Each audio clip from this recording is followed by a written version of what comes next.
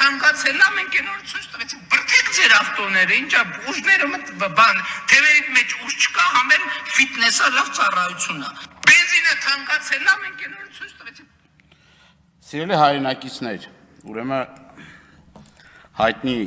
անձնավորության կողմից տարիներ առաջ այս ամբիոնից այն հայտարարությունը, որ բենզինը թանկացել է, բրդեք, միսը թանկացել է, կանաչի կերեք եւ այսպես շարունակ, հիմա արդեն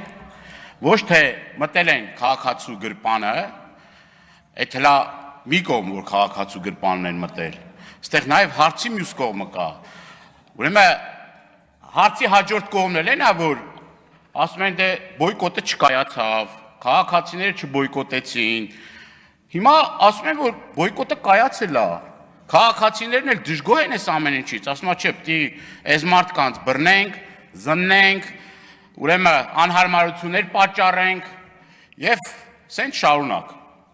Ես մի քանի բան եմ ուզում նշեմ, քանի ժամանակս քիչ է, բայց օրինակ կարմիր գծերը 12,000 դրամից դարձան 160,000 դրամ, 13 անգամ թանկացրին, դատարանը 2 անգամ որոշում է կայացրել, որ չեղարկի, նորից էլի գնում են ու նորից էլի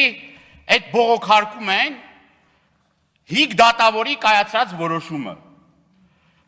Ինչ է քաղաքում կարմիր գծերի թանկացման, այդ որ ասում են կարմիր գծերը թանկացնենք, հեսա խցանումները վերանալու է։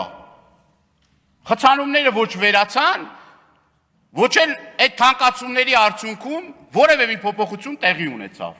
Այսինքն հերթական անգամ մտնում են քաղաքացու գրպանը,